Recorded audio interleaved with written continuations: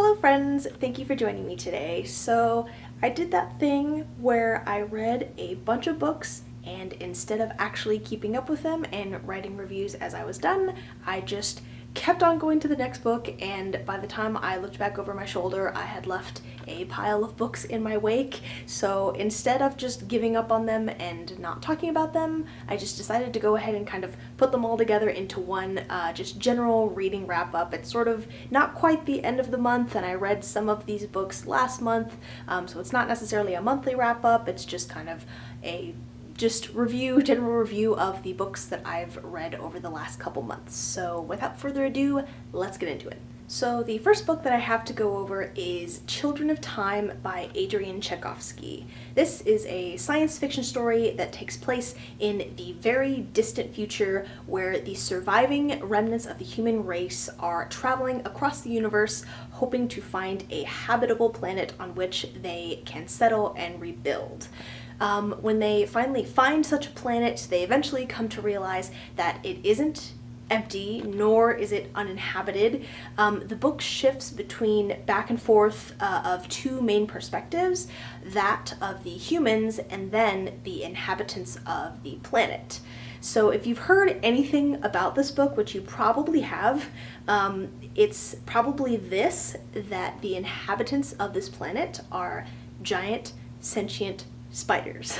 The book takes place intermittently over hundreds and thousands of years and builds up to the inevitable clash of two very different civilizations.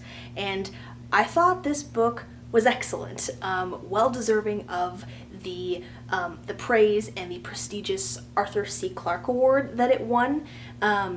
And I think that most people would agree that the most exciting and interesting parts of the story were when the point of view was from the spiders, but the human portions were compelling as well, and Tchaikovsky does a good job of building up suspense and making you wonder how everything is all going to end.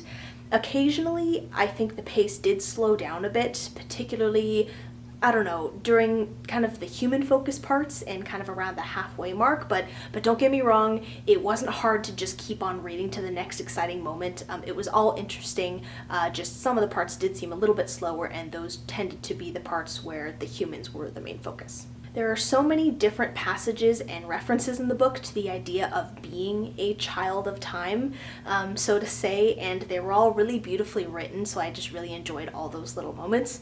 The story was grand in scale and scope, and it was really fun to read.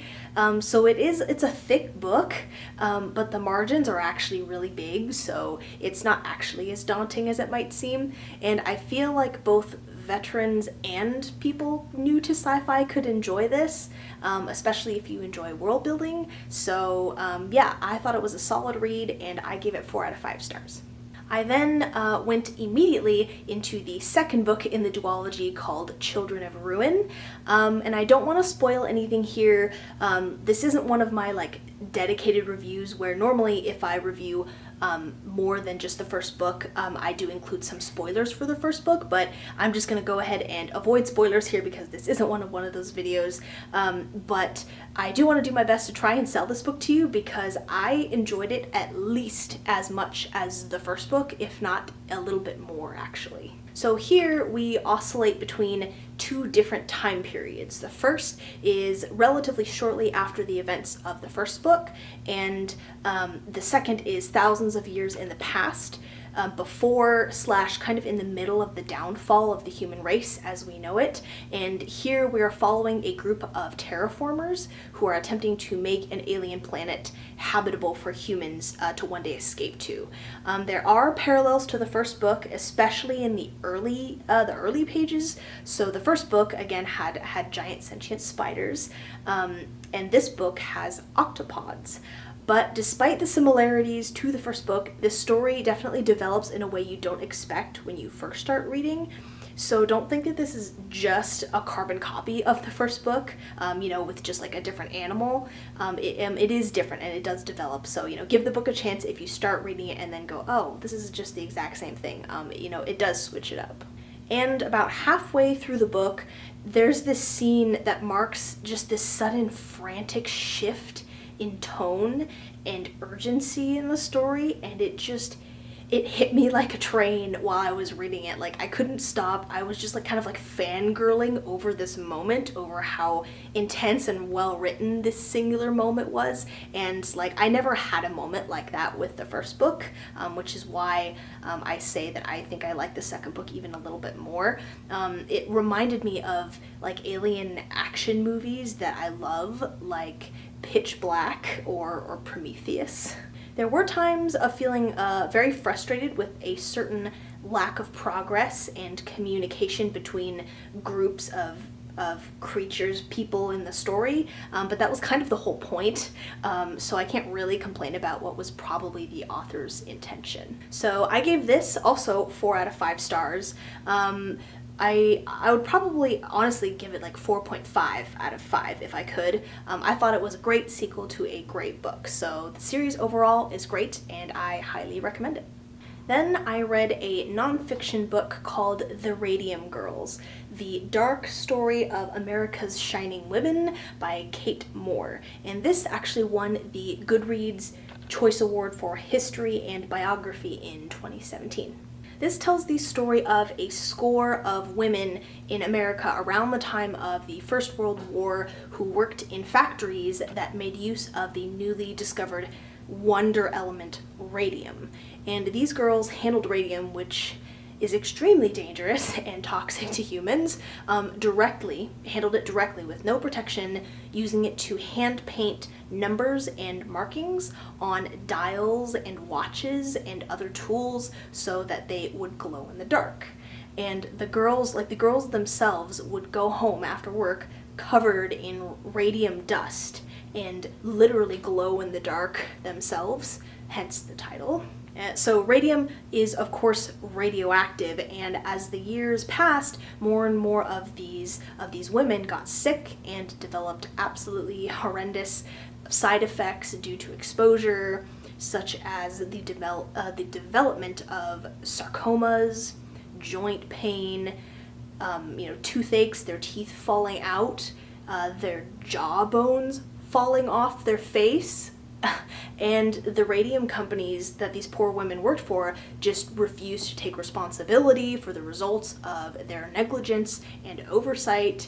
And the book chronicles the legal, physical, and emotional struggles and traumas that these women went through in seeking justice and recompense for what happened to them against, in the face of a legal system and society that were constantly working against them, and in the process, their cases contributed greatly to the development of safety standards and protections for workers, and even the development of OSHA. So this was a pretty intense and frustrating read because of all the setbacks that the girls went through, and the fact that the radium companies knew full well what they had and hadn't done in this regard, and they just used their power as a huge company to do everything in their power to avoid taking responsibility or to avoid having to actually, pay these women for damages. And they used every sleazy trick in the book. And even today, the reality is companies will always be in it to protect themselves first. So if you're wanting a clinical, fact-focused book without added drama or storytelling elements, then you won't like this. The author really wanted to put you in the passenger seat alongside these women to get to know them and feel what they felt. And I think she does a pretty good job of that. But there were a lot of names and people to keep track of, so I feel like I didn't necessarily give enough attention to all the players because there were so many.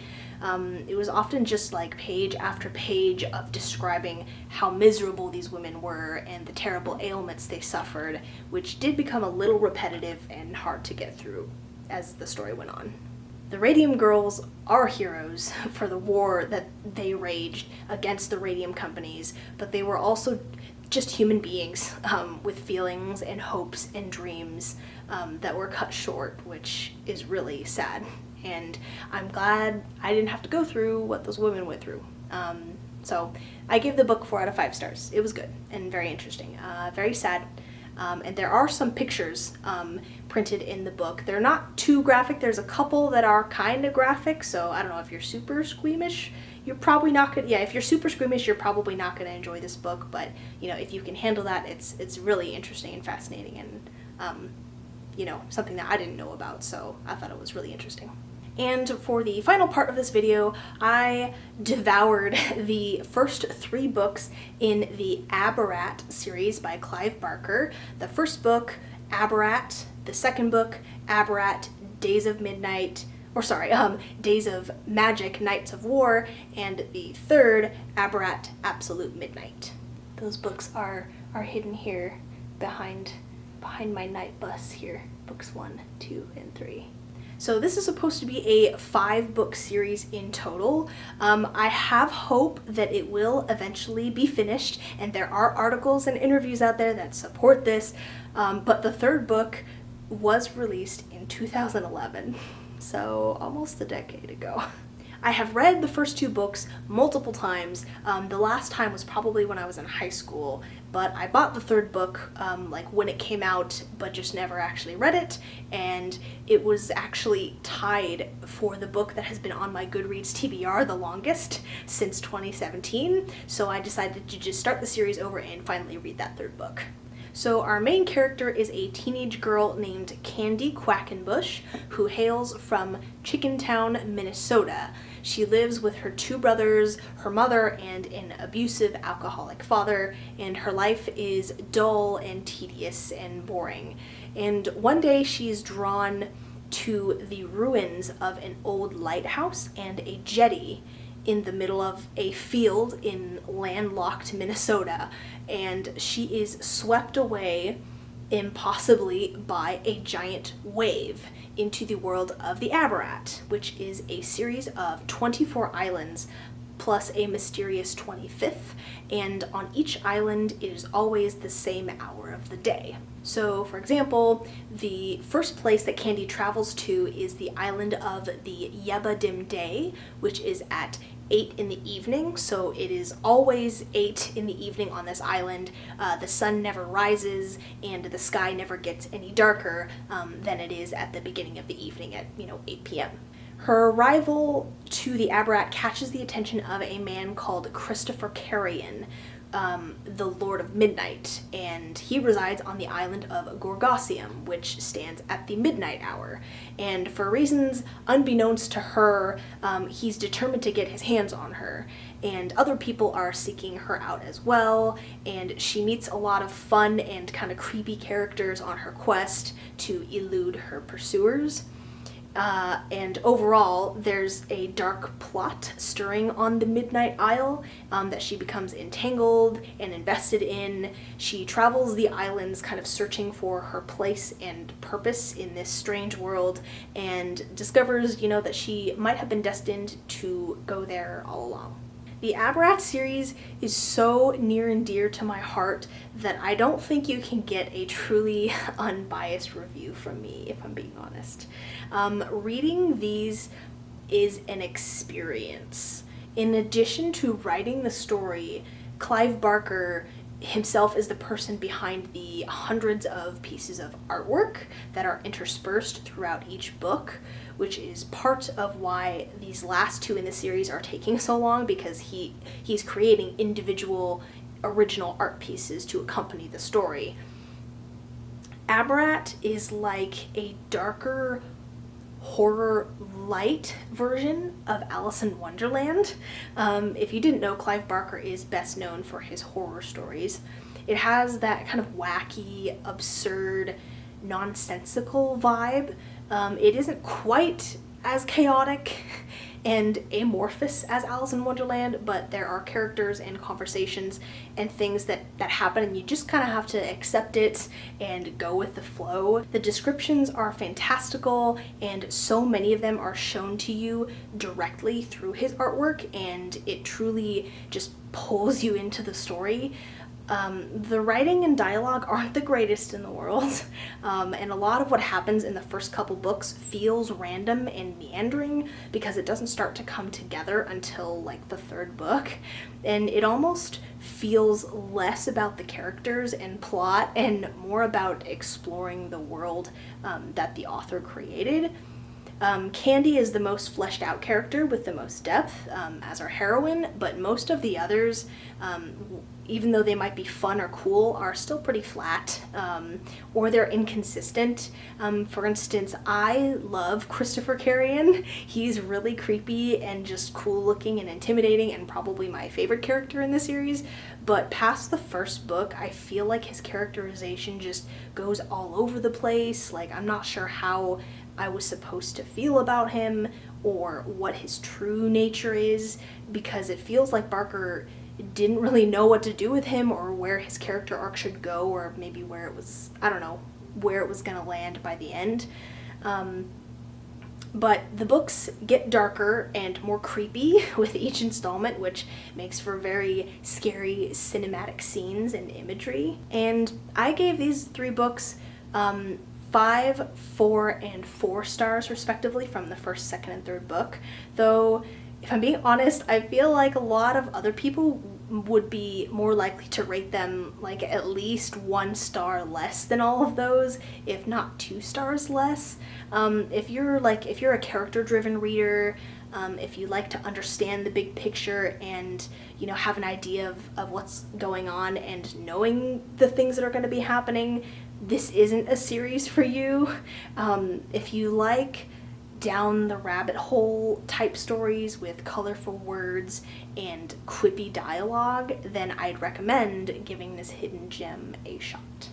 So that kind of wraps up a lot of the books that I've been reading recently. I've given them all, I think I gave them all at least 4 stars or higher, so it's been a really good time reading recently.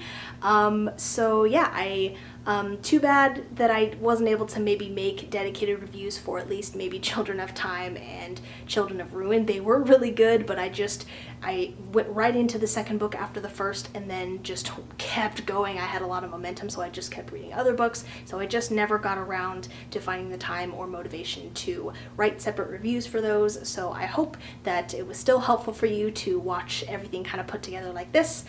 This stops me from just never getting around to talking about any of the books I read, just combining them.